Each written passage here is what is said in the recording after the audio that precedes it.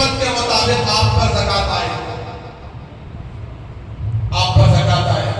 جو بھی سواریاں آپ نے سیکنڈ ہینڈ ہو یا نئی گاڑیاں ہو بیچنے کے لیے سے خریدا، جو بھی جگہ جی بیچنے کے لیے سے خریدا اس پر زکات۔ ہاں اپنی ذات کے لیے خریدا ہے، کوئی بلڈنگ بنایا آپ نے اپنی ذات کے لیے، بلڈنگ خریدا اپنی ذات کے لیے، بیچنے کا ارادہ نہیں ہے۔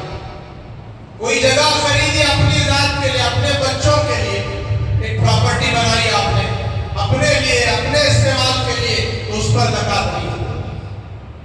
آپ کوئی چیز خریدی اپنی ذات کے استعمال کے لیے، اس پر زکات نہیں ہے۔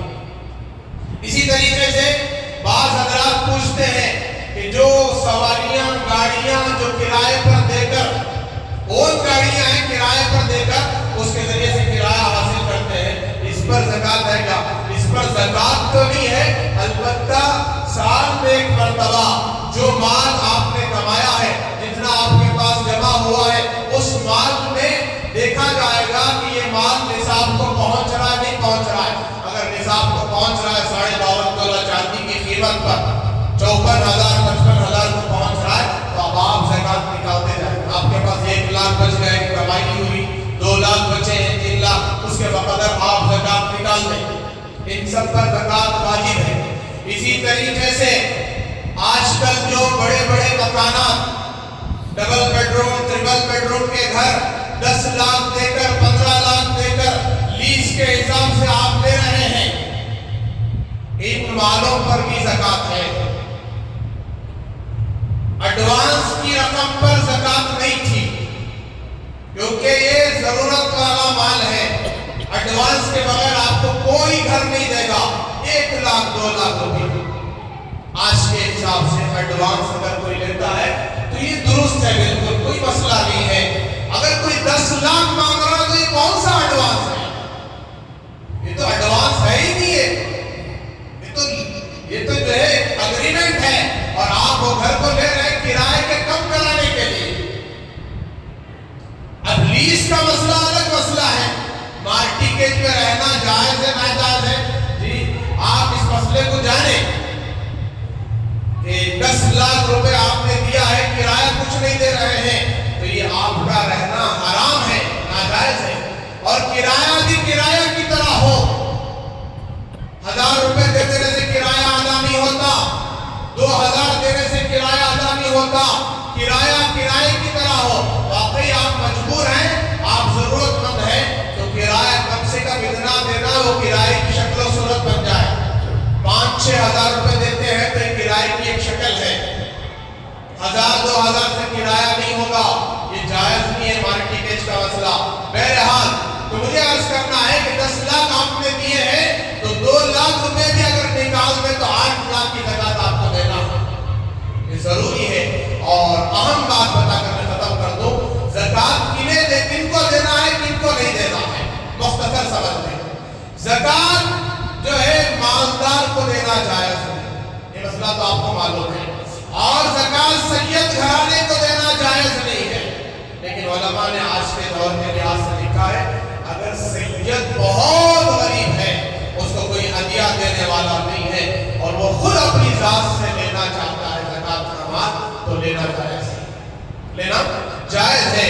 ورنہ سید گھرانے کا ادب احترام کریں گے اور اس کو زکات نہیں دیں گے، وہ خود لینا چاہے تو دے سکتے ہیں۔ اور ہاشمی خاندان، یہ بھی حضور کا خاندان ہے، یہ تو یہاں ہمارے اس ملک میں نہیں ہے، لیکن جو بھی ہے اس کو دے نہیں سکتے۔ اور چوتھی چیز فرمایا کہ اپنی بیوی کو زکات کا مال دے نہیں سکتا، اور ایسی بیوی اپنے شوہر کو دے نہیں سکتا، یہ بھی ناجائز ہے، زکات ادا نہیں ہوتی۔ شوہر کے مال میں سے بیوی کو زکات، بیوی کے مال میں سے شوہر کو زکات دینا جائز، اور ایسے ہی اپنی اولاد کو زکات دینا جائز نہیں، اپنے بچوں کو، اپنے نواسوں کو، اپنے پوتوں کو نیچے تک زکات دینا جائز نہیں، زکات کا مال ادا نہیں ہوتا۔ اور ایسے ہی اپنے بڑے ماں باپ کو زکات دینا جائز نہیں، دادا دادی کو زکات دینا جائز نہیں، نانا نانی کو زکات دینا جائز نہیں۔ سمجھ میں آ رہی بات؟ اس کے علاوہ جو بھی مستحق ہے، غریب ہے، محتاج ہے، زکات کا مستحق ہے، اس کو آپ زکات دے سکتے ہیں۔ اپنے بھائیوں کو، بہنوں کو، خالہ کو، پھوپھی کو، ماموں کو، چچا کو، بچرتے کہ وہ غریب ہو، چچیرے تائرے مولے جتنے رشتے ہیں سب کو، پڑوس میں جو غریب ہے ان کو، اور ایسے ہی جو ہے جہاں کہیں بھی مسلمان جو ہے پریشان ہے، مجبور ہے، لاچار ہے، ان کو دے سکتے ہیں۔ یہ اصول یاد رکھ لیں، ان حضرات کو زکوٰۃ دینا جائز نہیں، ان حضرات کو زکوٰۃ دینا جائز ہے۔ زکوٰۃ حساب لگا کر ادا کرے، اور رمضان میں ہر ایک کی زکوٰۃ نہیں ہوتی، بلکہ رمضان میں اس لیے دیتے ہیں تاکہ اجر و ثواب زیادہ ملے۔ ایک کا 70 ہوتا ہے، فرض ادا کرتے ہیں تو 70 فرائض ادا کرنے کا ثواب ہے، لہٰذا زکوٰۃ کا مال ادا کرے۔ میں نے گزشتہ ایک واقعہ سنایا تھا، آج ماشاءاللہ امت مسلمہ میں بہت سارے مالدار ایسے ہیں جو زکوٰۃ برابر ادا کر رہے ہیں اور زکوٰۃ بہت نکل رہی ہے، لیکن افسوس کی بات، غم کی بات یہ ہے کہ زکوٰۃ جو لے رہے ہیں وہ زکوٰۃ کے مستحق نہیں ہے، اپنے آپ کو حقدار بتا کر، مستحق بتا کر لے رہے ہیں، اور جو واقعتاً زکوٰۃ کے مستحق ہیں، غریب ہیں، لاچار ہیں، وہ محروم ہو رہے ہیں۔ اس لیے ہر چوتھا مسلمان آج غریب ہے، ہر چوتھا مسلمان مسکین ہے۔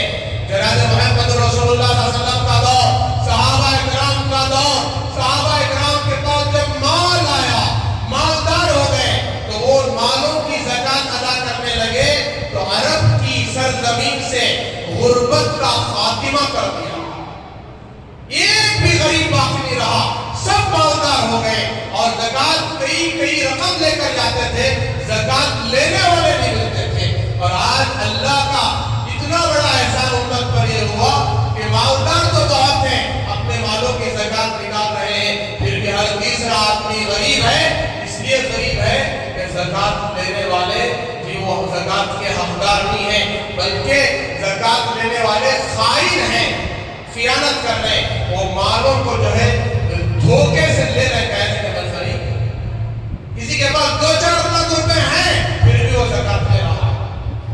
اس کے لیے زکوٰۃ جو ہے تحقیق کر کے دے، بغیر تحقیق کے دے تو زکوٰۃ ادا نہیں ہوتی۔ تحقیق کرنا، نیت کرنا دینے سے پہلے، اور شوہر بیوی کی طرف سے زکوٰۃ دے رہا ہے تو بیوی سے نیت کرا کر، وہ پیسے نیت کرا کر اس کے بعد میں دے۔ بیوی کی نیت نہیں ہوئی، آپ نے اپنی بیوی کی طرف سے ادا کر دیا تو زکوٰۃ ادا نہیں ہوگی، تو نیت کرا کر دیں۔ میں نے عمر بن عبدالعزیز کا واقعہ سنا، آپ سب نے سنا کہ ان کے دور میں جب مال آیا تو کیا ہوا کہ سب سے پہلے جو غریب تھے ان میں مال تقسیم کیا گیا، زکوٰۃ ادا کی گئی، اور اس کے بعد اور بھی مال بچ گیا تو پھر حضرت نے کیا فرمایا، جاؤ امت کے جو مقروض ہیں، قرض لے رکھے ہیں، ان میں مال تقسیم کر دو۔ تب تقسیم کیا گیا اور بھی مال بچ گیا، تو پھر تیسرے نمبر پر کہا جو غیر مسلم ہمارے اس ملک میں رہ رہے ہیں، جزیہ دے کر، ٹیکس دے کر، جن کی ہم حفاظت کر رہے ہیں، ان کے غریبوں میں، ان کے محتاجوں میں تقسیم کر دو۔ تو ان کے محتاج کی تلاش کی گئی اور تقسیم کیا گیا، پھر بھی مال بچ گیا۔ پھر آخر میں کیا کہا کہ اور بھی مال بچا ہے، حضرت عمر بن عبدالعزیز نے فرمایا کہ آؤ آج اس مال کی جو مال کے ذریعے سے اناج خرید کر عرب کی سرزمین کے پہاڑوں پر جو ہے لے جا کر اس اناج کو ڈال دیں گے، تاکہ عرب مملکت میں اور اسلامی مملکت میں ایک پرندہ بھی بھوکا نہ رہے۔ یہ چیز زکوٰۃ کے ادا کرنے کی برکتیں کہ اللہ نے غربت کو ختم کر دیا، لہذا تحقیق کر کے سوچ سمجھ کر دے، زکوٰۃ ادا کریں۔ اللہ تبارک و تعالیٰ سے دعا ہے، اللہ تبارک و تعالیٰ ہم سب کو ان تمام باتوں پر عمل کرنے کی توفیق عطا فرمائے۔ اس سال کا جو فطرہ ہے 90 روپے ہے، وہ آج ہی سے دینا شروع کر دیں، عید کا انتظار نہ کریں۔ ہر مسلمان مرد، عورت، بالغ ہو، نابالغ ہو، سب پر واجب ہے، بشرطے کہ وہ مالدار ہو۔ جس پر زکوٰۃ واجب ہے اس پر فطرہ بھی واجب ہے، تو وہ اپنے روزوں کا فطرہ ادا کرے۔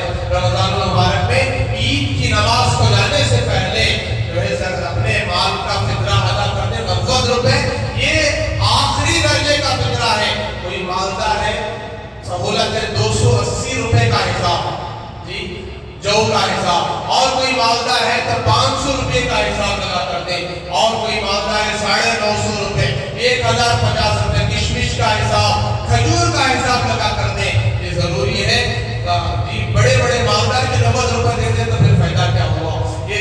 کو جو ہے دیں. اور اس طریقے سے تمام کا فطرہ ایک ہی آدمی کو دینا بھی درست ہے, الگ الگ لوگوں کو بھی دینا درست ہے, لیکن ایک آدمی کا فطرہ دو آدمیوں کو دینا جائز نہیں. کیا بھائی, دو آدمیوں کو دینا درست نہیں ہے. 90 روپے دے رہے تو ایک ہی آدمی کو دے, اور وہ مستحق ہو, غریب ہو, اور جان کرے, عمل کرے. اللہ تعالیٰ ہم سب کو ان تمام باتوں پر عمل کرنے کی توفیق عطا فرمائے, اخلاص و استخلاص عطا فرمائے. اب رمضان ختم ہونے جا رہا ہے. رمضان کی حقیقت کو, رمضان کے تقوی اور طہارت کو رمضان کے بعد بھی باقی رکھیں. ماشاءاللہ ایک مہینہ نماز پڑھ کے عادت ہو گئی ہوگی آپ کو, ماشاءاللہ ایک مہینے سے نماز پڑھ رہے ہیں, اور ایک مہینے سے تقوی طہارت اختیار کیے ہوئے, میں بھی پڑھ رہا ہوں, آپ بھی پڑھ رہے ہیں. اب اس کو عادت بنا لیں, عبادت طے کر لیں. رمضان کے بعد بھی ہم نماز کی پابندی کریں گے, رمضان کے بعد بھی گناہوں سے بچیں گے, تقوی طہارت اختیار کریں گے, حرام سے بچیں گے. 2-3 دن کیا اینڈرائڈ فون استعمال کرتا ہے مسلمان, کوئی بھی آدمی, تو اس موبائل کی عادت پڑ جاتی ہے, واٹس ایپ چلانے کی عادت پڑ جاتی ہے, یوٹیوب چلانے کی عادت پڑ جاتی ہے, گیم کھیلنے کی عادت پڑ جاتی ہے. افسوس ہے مسلمانوں پر, اتنا مقدس مہینہ آ کر بھی, رمضان اتنا بڑا سبق دے کر بھی, رمضان کے بعد بھی بے نمازی ہی رہتے ہیں, نماز چھوڑ دیتے ہیں. کیسے مسلمان ہے؟ یہ ایک بیکار چیز, کوئی اس کی حقیقت نہیں ہے, ضرورت کے لیے بنایا گیا فون, اس کو جو ہے سمجھ رہے ہیں کہ ہم ضروری چیز ہے, اس کی عادت پڑ گئی, اس کا چھوڑنا مشکل ہو گیا. اور اللہ کی عبادت, نماز, رمضان جیسے ہی گزر جاتا ہے تو مسجدیں ویران کر کے دیتے ہیں. تو یہ حالات بڑے سنگین حالات ہیں, مسلمانوں کے برے اعمال کی وجہ سے حالات آ رہے ہیں. لہٰذا توبہ کر کے اپنے آپ کو سال بھر کا متقی, سال بھر کا نمازی بنا لے. اللہ تعالیٰ ہم سب کو ان تمام باتوں پر عمل کرنے کی توفیق عطا فرمائے. وقت زیادہ ہو گیا, معذرت چاہتا ہوں. وآخر دعوانا الحمد للہ رب العالمین. سنتیں پڑھتے